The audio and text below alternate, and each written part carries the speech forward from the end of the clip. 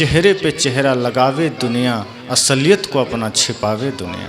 एक चेहरे पे कई चेहरे लगा लेते हैं लोग, फिल्मी गीत भी है कि एक चेहरे पर कई चेहरे लोग लगा लेते हैं। घर में है तो अलग चेहरा है, बाजार में तो अलग चेहरा है, किसी से मिलने गए तो अलग चेहरा है। व्यक्ति भीतर बाहर एक हो ही नहीं पाता। आज हम बहुत सी चीज़ें ऐसी करते हैं जो हमें छोड़ देनी चाहिए। परंपरा के नाम पर बहुत से पाप चलते हैं, परंपरा के नाम पर बहुत से आडंबर चलते हैं। लोग कहते हैं क्या करें, हमारे पूर्वज करते थे, हम कर रहे हैं। जो गलतियां पूर्वजों ने की है वो आज करना जरूरी थोड़े है। आज हम वैज्ञानिक युग में जी रहे हैं, आज हम विवेक के साथ जीने की चेष्टा करें। हम हिंसा का रास्ता छोड़ें, हम पाप का रास्ता छोड़ें। अंगुलीमाल बहुत आतंकवादी था, हिंसा का रास्ता छोड़ा। अब अंगुलीमाल का बेटा कहता कि नहीं पिताजी हिंसकी थे, हम कैसे छोड़ दें। वो भी लोगों की उंगलियां काटते थे, गला काटते थे, मैं कैसे छोड़ दूं, ये मेरा पूर्वज का काम है। रत्नाकर का बच्चा कहता मैं तो नहीं छोड़ सकता। बड़े बड़े आतंकवादी जो सुधर के साधु बन गए वो कहते मेरा बेटा, मेरा पिता तो ऐसा था, मैं क्यों छोड़ दूं। कल की गलतियों को आज हम पूर्वज की परंपरा न बना लें। कल की गलतियों को जब हम परंपरा बना लेते हैं तो वो परंपरा फिर नर्क बनाती है हमें।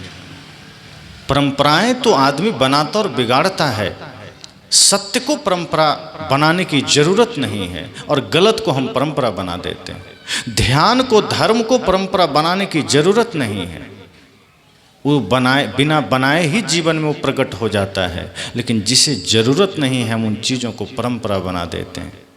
पूजा के नाम पर पाखंड, पूजा के नाम पर आडंबर, धर्म के नाम पर हिंसा बहुत चलता है। सदगुरु कबीर इसीलिए व्याकुल हो जाते थे कि लोग धार्मिक चिन्हों का इस्तेमाल करके हिंसा कर रहे हैं। जो नादान है, नासमझ है, जो राक्षस ही है उसकी तो बात नहीं करता मैं, लेकिन जो धार्मिक चोला पहनकर धर्म के कथा कह करके अगर हिंसा कर रहा है तो उससे बड़ा राक्षस फिर कोई नहीं है। सदगुरु कबीर एक बार चले जा रहे थे, दुर्गा माता का मंदिर मिल गया।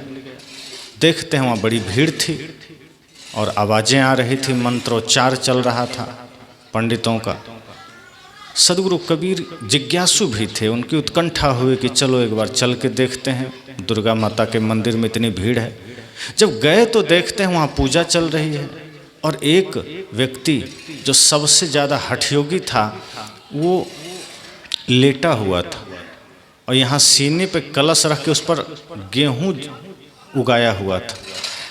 कबीर साहब ने कहते बड़ा बड़ा भक्त है माता का। एक तरफ पंडित मंत्रोच्चार कर रहा था, कुछ श्लोक पढ़ रहा था, कुछ लोग ताली बजा रहे थे, माता रानी की जय कर रहे थे। सब कुछ देखा, कहा वाह क्या बात, समाज बदल जाएगा।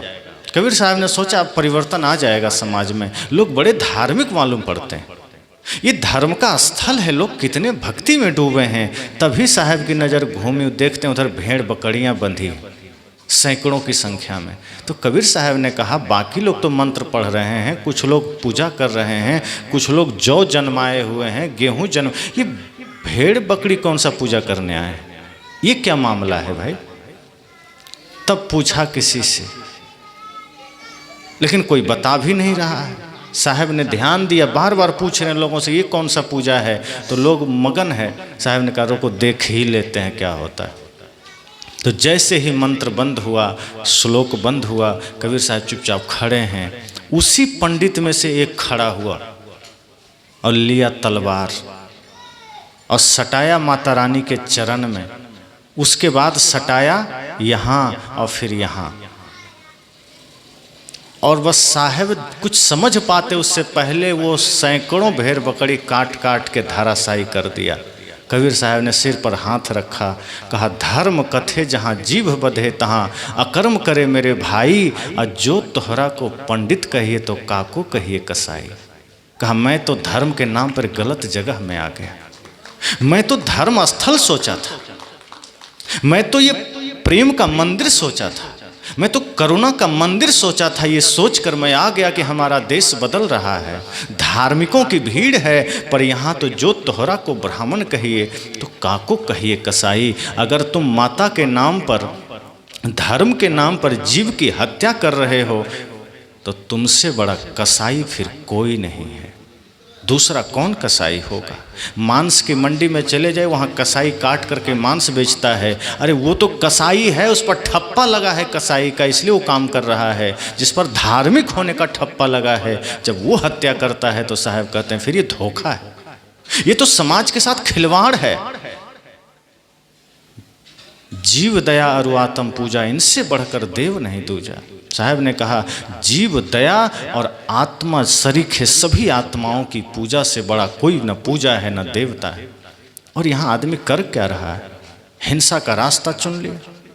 साहब ने कहा बड़ी पीड़ा हुई, पंडितों के नाम पर हम कसाईयों के बीच चले गए। हमें तो लगा कोई पंडित बैठा है, कोई ज्ञानी बैठा है, पर यहाँ तो कसाई बैठा है, जिसको अपने शरीर पर एक खरोंच भी आ जाए तो बाप बाप करने लगता है। वो भेड़ बकरियों को गाजर मूली की तरह काट रहा है। अरे बलि ही देना है, अपने बुराइयों की बलि दे के देखो, माता रानी जरूर प्रसन्न होंगे।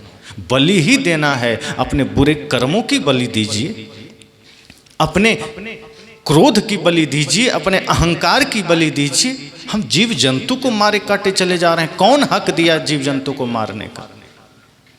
एक तरफ कहते हैं सब भगवान की संतान है और उन्हीं की संतान को हम तलवार से काटे चले जा रहे हैं, ये सोचे बिना कि भगवान खुश होंगे या दुखी होंगे। भगवान कभी हिंसा से खुश नहीं होते, और जो भगवान हिंसा या बलि से खुश होता है वो भगवान हो नहीं सकता, वो एक नंबर का शैतान होगा। भगवान की परिभाषा क्या है? जो करुणामयी है, जो प्रेम का सागर है, जो अहिंसा की प्रतिमूर्ति है। ऐसे भगवान अगर बलि स्वीकार कर रहा है, भेड़ बकरियों को स्वीकार कर रहा है, वो भगवान नहीं, वो शैतान है। इसलिए भगवान के नाम पर तो पाप मत करिए, भगवान के नाम पर तो हिंसा मत करिए, पूर्वजों के नाम पर हिंसा मत करिए। जो गलतियां पूर्वजों ने की है मत दोहराइए। हिंसा का रास्ता त्यागिए, प्रेम का रास्ता पकड़िए। देखिए भगवान की सद्गुरु संतों की कृपा बरसेगी, प्रकृति की कृपा बरसेगी। अगर भगवान को खुश करना है, लगता है भगवान खुश होते हैं तो जीव जंतुओं के वध से नहीं खुश होते, अपने स्वार्थ कारण, जिभ्या लंपट कारण, जिभ्या स्वार्थ कारण आदमी हत्या भी करता है। जो तोहरा को सांचा देवा तो खेत चरत क्यों न लैया जी। साहब ने कहा अगर वो देवता इतना ताकतवर है, सच्चा है, तो खेत में चरते भेड़ बकरी को ले लेगा, तुम्हें देने की क्या जरूरत है। और दशहरा के एक दिन दे दो, साल में एक दिन दे दो, बाकी दिन वो क्या खाता है? और दिन तो ख्याल नहीं करते। और दिन खिलाओ पिलाओ। अगर पता चल जाए सच में भगवान खाने लगे हैं और रोज खाना देना है, आदमी छिपता फिरेगा कि हमको देना ना पड़ जाए। द्वार पर कोई भिक्षुक आ जाए, हम एक मुट्ठी अन्न देने में सब चाहते हैं, लेकिन भगवान के नाम पर अपना पेट भरना है, जीव की हत्या करना है, मौका मिल गया मारते हैं, काटते हैं, खाते हैं। शेर तो मांसाहारी है जन्म से, भेड़िया मांसाहारी है, कुत्ता बिल्ली मांसाहारी है जन्म से। वो जिंदा को खाता है, पकड़ता है, गला दबा के खा जाता है। साहब ने कहा है अगर तुम जन्म से मांसाहारी पैदा हुए हो तो जीव जंतु को तुम भी पकड़ो और दांत से चबा के खा जाओ, कढ़ाई में डाल के पकाने की क्या जरूरत है, अगर तुम सच में जन्म से मांसाहारी। लेकिन आप सोचिए वैज्ञानिक दृष्टिकोण से, क्या हमारा शरीर मांसाहारी है? नहीं है। जितने मांसाहारी जीव हैं उसका मुख में आगे के 2 दांत नुकीले होते हैं, और जितने शाकाहारी हैं उसके सभी दांत बराबर होते हैं। प्रकृति ने पहले से बना के भेजा है। जितने मांसाहारी जीव जंतु हैं वो जीभ से पानी पीते हैं, लप लप करके पानी पीते हैं। वो कंठ से नहीं पी सकते, घूट घूट करके, वो जीभ से पीते हैं। और जितने शाकाहारी हैं वो सब कंठ से पानी पीते हैं। आप देख लेना। जितने मांसाहारी प्राणी हैं वो जब धरती पर जन्म लेते हैं तो जन्म के घंटों बाद, दिनों के बाद आंखें खुलती है, और जो शाकाहारी है वो जन्म लेते ही आंख खोल के देखता है संसार को। ये सारे प्राकृतिक रूप से परिवर्तन है मांसाहारी और शाकाहारी में। जो मांसाहारी है उसकी आंतें छोटी होती है ताकि मांस पच जाए, और जो शाकाहारी है उसकी आंतें उसकी ऊंचाई से, उसकी लंबाई से 5 गुना बड़ी होती। ये सारी भिन्नताएं प्रकृति ने हमें दिया है, फिर भी हम राक्षस बने चले जा रहे हैं। हमें दैत्य होने में ही सुकून मिलता है। साहब ने कहा है इंसान बनिए, पहले राक्षस और देवता में यही तो फर्क था। जो मांस खाता था, बलि देता था, वो राक्षस कहलाया। और विष्णु जी के जो भक्त हुए, जो भक्ति करने लगे, जो बेलपत्र, जो तुलसी चढ़ाते थे, बतासा चढ़ाते थे प्रसाद में श्रद्धा भक्ति से, वो सब वैष्णव कहलाए, सब इंसान कहलाए, देवता कहलाए। जो राक्षसी प्रवृत्ति के लोग थे वो हिंसा का रास्ता चुन लिए। उन्होंने मांस, मछली, जुआ, शराब, ताड़ी, गुटखा आदि, आज अगर हम वही कर रहे हैं तो हम राम का नाम लेने का अधिकारी नहीं है, हम कृष्ण का नाम लेने का अधिकारी नहीं है। अगर हमारे जीवन में हिंसा मिटी नहीं है, फिर हम कृष्ण तो हिंसकी आदमी को देख करके सुदर्शन चक्र चला देते थे कि ये आदमी ठीक नहीं धरती के लिए। आदमी पूजा हनुमान जी का करता है, आचरण रावण का करता है। और अगर कोई रावण का आचरण करके हनुमान जी को बुलाएगा कि हनुमान जी चले आइए, तो ध्यान रखना, हनुमान जी हो सकता है आ भी जाएं तो रावण के पास अगर हनुमान जी जाएंगे तो गदा लगाने जाएंगे, आशीर्वाद देने नहीं जाएंगे। अगर कोई रावण बन के हनुमान जी को बुलाएंगे और कहीं गलती से आ गए तो 2-4 गदा पड़ेगा, आशीर्वाद तो नहीं मिलेगा। इसलिए अगर कर्म रावण का है तो हनुमान की उपासना भी व्यर्थ है। हनुमान की उपासना भी करनी है तो हनुमान जी के जैसा बनिए, परम त्यागी, तपस्वी, बाल ब्रह्मचारी, सारी शक्ति से संपन्न, सारे भक्ति से संपन्न, सर्वगुण संपन्न, फिर भी विनम्रता के प्रतिमूर्ति हैं, भक्ति के पराकाष्ठा पर है। ऐसे व्यक्तित्व तो हनुमान जी का है। लेकिन हनुमान जी का लॉकेट आदमी आज पहनना शुरू कर दिया कि हम बजरंग बली के भक्त हैं। अब पूछो तो अंडा खा रहा है, गुटखा खा रहा है, मांस खा रहा है, मतलब भक्त बजरंग बली के हैं, काम रावण का है। हिंसा का रास्ता हम धर्म के मार्ग का बहाना बना के खोज लेते हैं। धर्म के नाम पर अगर हिंसा हो रही है, साहब ने कहा ये बहुत पाप है, और ये पाप जो भी कर रहा है गलत है। हिंसा करने वाला, सहयोग देने वाला, जो भी उसमें शामिल है, सब बहुत भयंकर पाप कर रहा है। हिंसा से बड़ा पाप कुछ नहीं है। ये अगर हम कर रहे हैं, मानसिक हिंसा हो, कायिक हिंसा हो, वाचिक हिंसा हो, ये तीनों खतरनाक है। इसलिए हमें किसी भी प्रकार के हिंसा से मुक्त हो जाना चाहिए। हम किसी का दिल भी दुखा रहे हैं तो हिंसा से कम नहीं है। तलवार से तो हम किसी को मारेंगे तो क्षण भर में मर गया, लेकिन जब हम वचनों से किसी को कष्ट पहुंचाते हैं, वो क्षण क्षण में मरता है, पल पल में मरता है। हम और बड़े अपराधी हैं। हो सकता है तलवार से मारा गया आदमी मर गया, खत्म हो गया, और उसकी सजा व्यक्ति को 302 के तहत हो सकता है फांसी हो जाए, उम्र कैद हो जाए, वो दिखेगा। लेकिन जो वचन से जो हिंसा आपने किया है, अपने शब्दों से, अपने मन से जो हिंसा किया है, इसका तो 302 के तहत कोई मुकदमा नहीं बनेगा। लेकिन अंतर मन में जो मुकदमा बनेगा, वो जन्म जन्मांतर तक आपको फांसी पर लटकाता रहेगा। इस जन्म में जो हिंसा हमने शरीर से किया है, उसकी सजा तो कोर्ट दे देती है, न्यायालय दे देता है। लेकिन जो मन वाणी से जो हम हिंसा करते हैं, न्यायालय उसका कोई सजा नहीं देती। लेकिन